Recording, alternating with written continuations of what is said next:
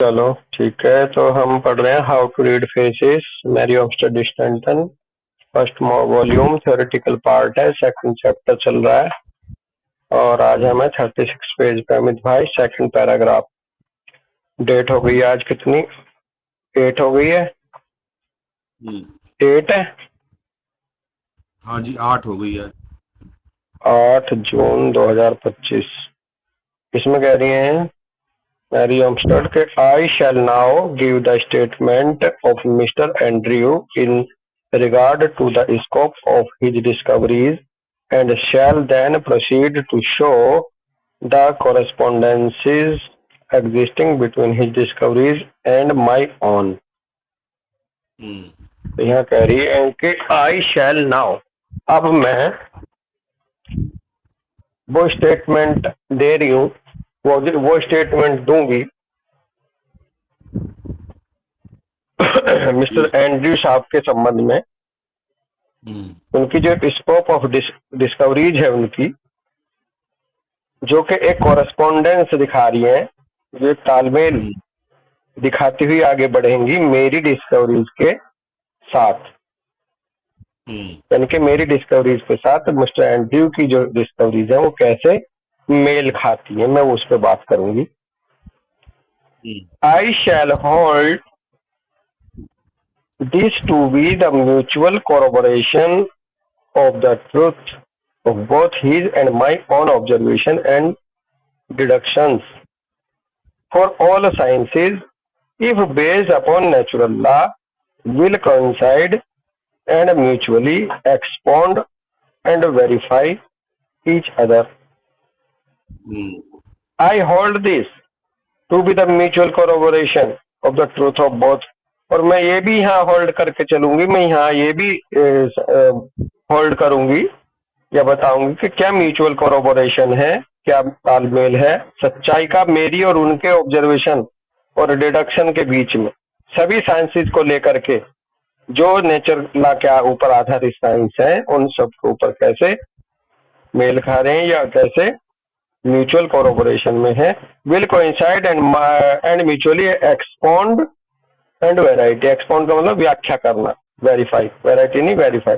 किस तरह से वो म्यूचुअली व्याख्या करेंगे और एक दूसरे को वेरीफाई करेंगे एक दूसरे को, मैं वो बताऊंगी।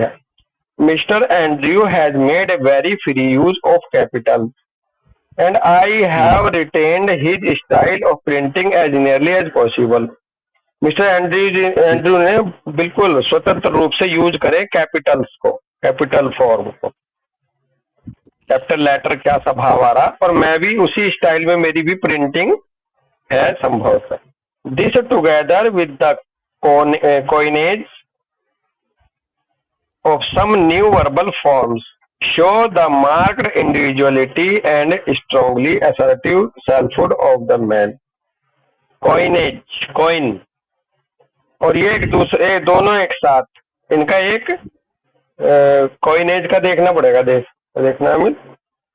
coinage का मतलब ये है जैसे कि लाभ हो, कॉइन माने पैसा होता है ना वो, कॉइन जिसे बोलते हैं। फिर भी आप देख लो एक बात,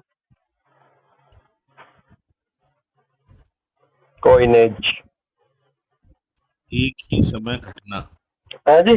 अच्छा, कोइंसाइड की तरह है कॉइनेज। हाँ, पूर्णतः या लगभग समान होगा, पूर्णतः या लगभग मेल खाना। अच्छा, कॉइनेज का मतलब है समान, एक साथ, एक जैसा। कहते हैं ना इत्तेफाक से तू भी और मैं भी दोनों एक से ही है, ऐसे coinage of some verbal forms show the marked individuality and strongly assertive selfhood of the man।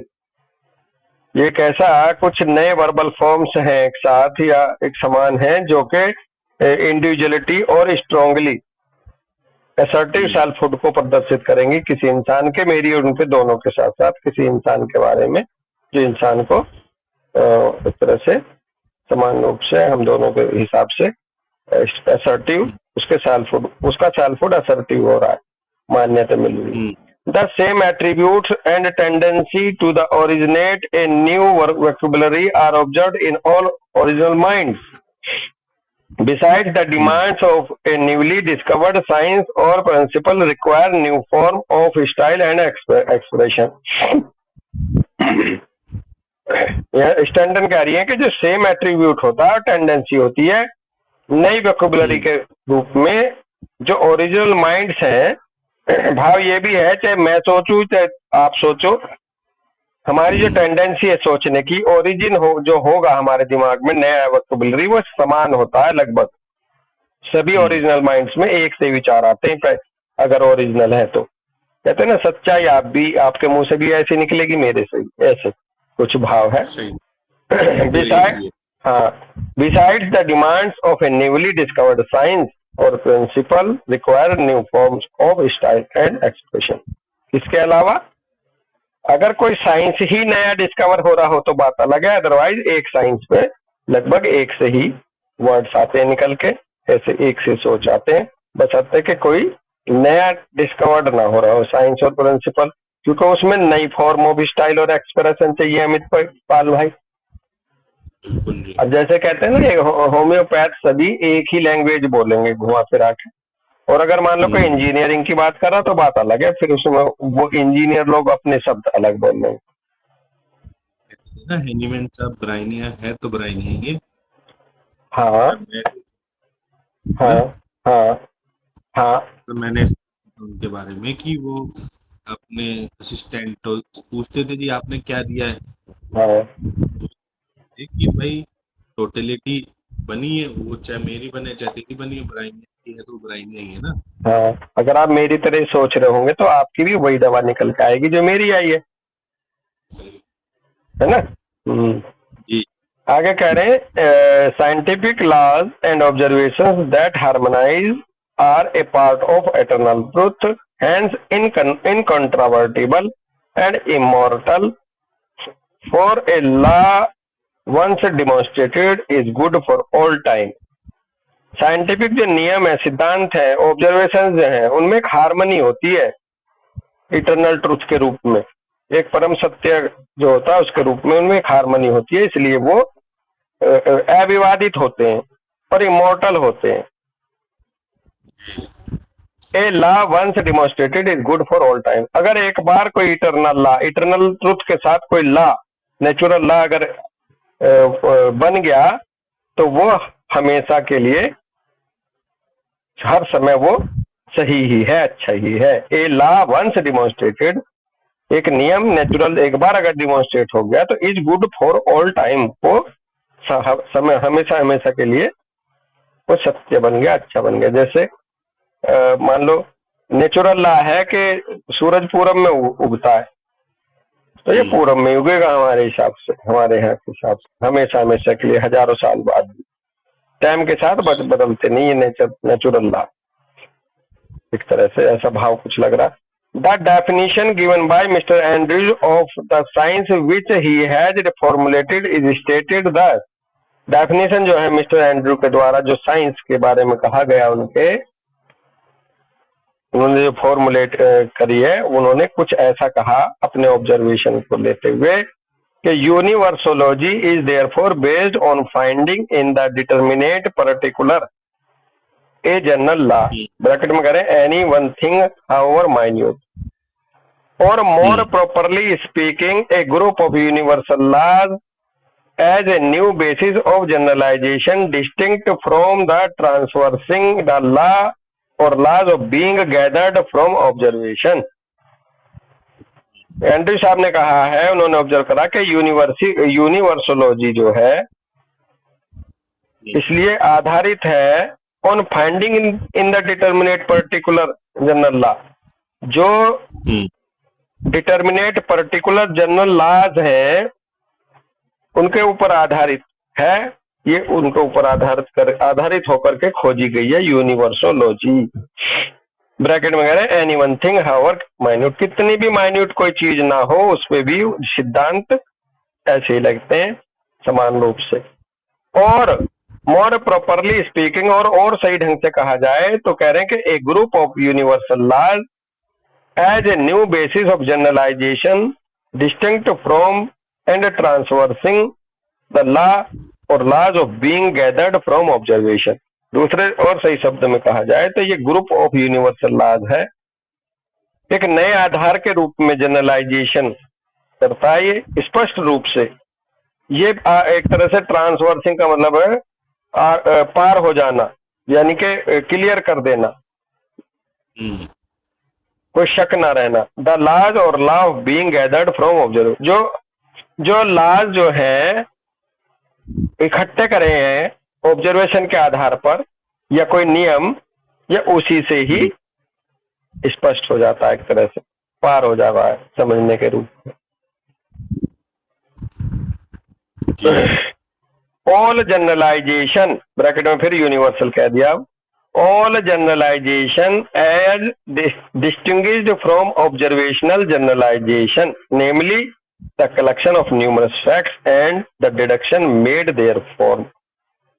जितने भी यूनिवर्सल लॉ है, जितना भी जनरलाइजेशन है, वो स्पष्ट हुआ है या होता है हमेशा किससे? पहले ऑब्जर्वेशनल जनरलाइजेशन आता है अमित भाई, पहले चीजें ऑब्जर्वेशन में आती हैं, उसके बाद नियम बनते हैं। तो ऐसे कह रहे हैं कि जितने भी यूनिवर्सल या जनरलाइजेशन है वो स्पष्ट होते हैं ऑब्जर्वेशनल जनरलाइजेशन के आधार पर। और ऑब्जर्वेशन जनरलाइजेशन को कह रहे हैं कि नेमली the collection of numerous facts, वो जो अनगिनत सच्चाइयां मिलती हैं हमें, इकट्ठी होती हैं यूनिवर्स में, और उनमें फिर हम डिडक्शन करते हैं, उनमें डिडक्शन करके फिर लॉज बना देते हैं। This is analytical generalization as distinguished from observational generalization. और इस तरह की जो प्रक्रिया है ये एक एनालिटिकल जनरलाइजेशन होता है, ब्रैकेट में यूनिवर्सल कह रहे हैं जो नियम बने, और एज डिस्टिंग्विश्ड फ्रॉम, और ये कहां से स्पष्ट होकर आती है, कहां से क्लियर होती है? ऑब्जर्वेशनल जनरलाइजेशन से। पहले ऑब्जर्वेशनल जनरलाइजेशन होता है चीजों के बारे में, फिर एनालिटिकल जनरलाइजेशन तक बात पहुंचती है डिडक्शन के बाद। ऑलवेज पार्शियल और फ्रेगमेंट्री और at all events less than universal. और ये जो शुरू में होते हैं, या कहिए ये ऑब्जर्वेशनल जनरलाइजेशन जो होता है ना, ये पार्शियल होता है, क्योंकि न्यूमरस फैक्ट होते हैं इसमें तरह तरह के। फ्रेगमेंट्री होता है, सभी इवेंट्स होती हैं लेस देन यूनिवर्सल, तो इसलिए इसमें डिडक्शन करके फिर एनालिटिकल जनरलाइजेशन के द्वारा यूनिवर्सल वो बनाते हैं principle. It is the interior and vital law of all organization, और ये आंतरिक और एक जीवंत नियम है सभी ऑर्गेनाइजेशंस का, and hence of the constitution of being itself transcendental as distinguished from the external and dead law. और फिर इस तरह से ये सभी ऑर्गेनाइजेशन के अंतर्गत वाइटल और इंटीरियर लॉ बन जाता है, और इस तरह से कंस्टिट्यूट करता है ये सभी बीइंग्स को। सभी चीजें इसी के नियम से फिर बनती हैं, ट्रांसडेंटल होती है, स्पष्ट रूप से एक्सटीरियर, एक्सटर्नल और डेड लॉ के साथ। इट इज ए न्यू और a newly discovered scientific entity, a new element in science, revolutionary, existifying, inaugurative of new career and scientifically supreme.